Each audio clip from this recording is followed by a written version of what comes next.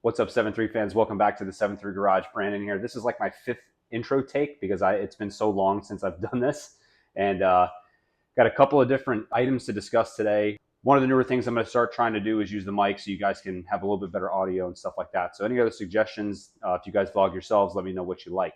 But have a new product that we're going to be installing, very quick and easy product that is unique now to Complete Performance. So I'm going to turn the camera around in just a moment and show you guys what I'm talking about. And I'm going to show you the install process and also show you a couple of new things that we have on the truck here. So this little fella here is familiar to some of you OBS guys maybe. This is the washer fluid bottle that is offered by Complete Performance. So I just found out at the Summit 7.3 that is hosted by Power Hunger Performance in Georgia.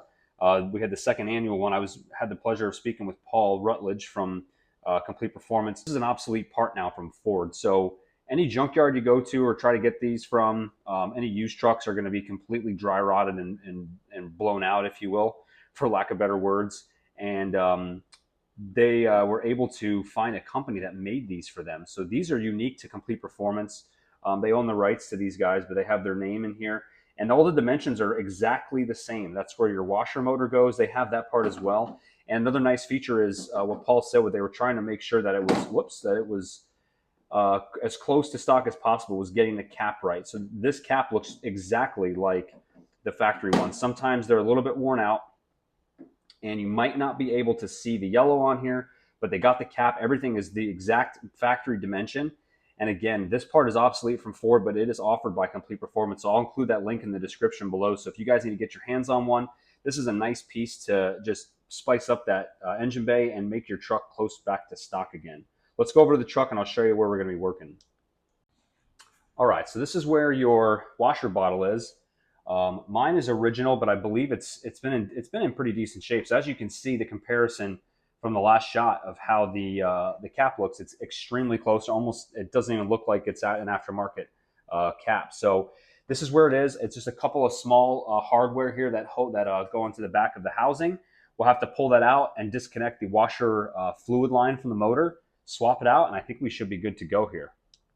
Looks like we got two 11mm nuts here. This is actually kind of loose. This one I can take off just with my fingers. I think just the vibration of the truck did this. So let's get this guy out of here. Or I limp wristed it when I had the engine out. One. Sorry for the camera shake. This stuff over here. Very, very simple process, but again, trying to find these in a junkyard on a used one is a good idea, but they're probably not going to be in any sort of shape that's going to be remotely acceptable to put back on your truck. And they'll tend to leak if they crack in all the right places. This is where your washer motor, this just has a little gasket on it that I believe we just have to swap over, and it should just pull right out of here, if I'm not mistaken. Like I said before, they offer, there we go, they offer these motors as well. I believe these are still, whoops, we got some fluid leaking, a Ford part, so not too bad. All right, let's see here. This guy pulls out, perfect. So there's your little, it's a little rubber grommet, if you will. That's gonna go on the new piece. So here's the new fella. Why am I saying fella? I don't know why I'm saying fella so much, but here's the new bottle. This is just going to push in, pops right in place. Here's your motor and your remote washer line. This is just going to go back in. Push this. I think we're ready to go here. There we go.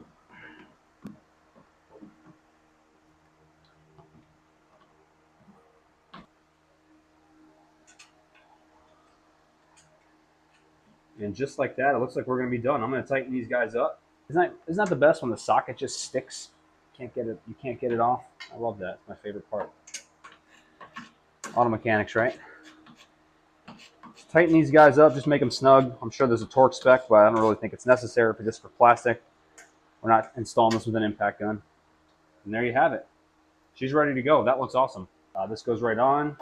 See, the fitment's perfect. That's it. So if you guys are considering getting a washer bottle replacement, head on over to Complete Performance. You can click on the link in the description and take you right over to where to get one of these guys. Pick that up and get yourself a fresh wiper motor. You keep your windshield nice and clean.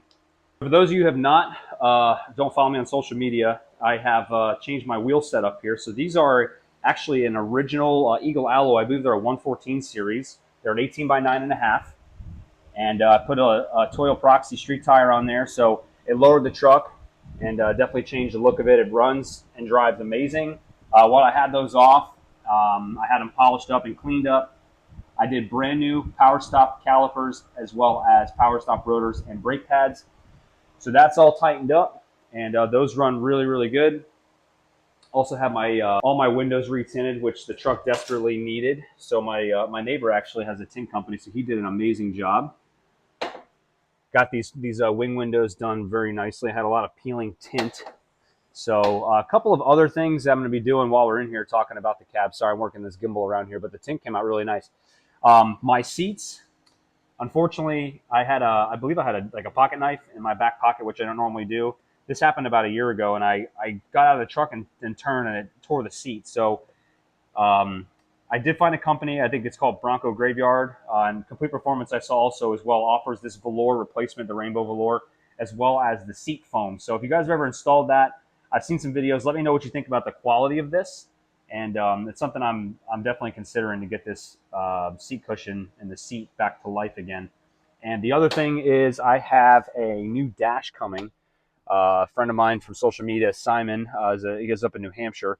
He actually has a very clean blue dash that I'm going to be buying from him. So he's working on getting that packed up and shipped. But as you can see, my dashboard has seen some better days.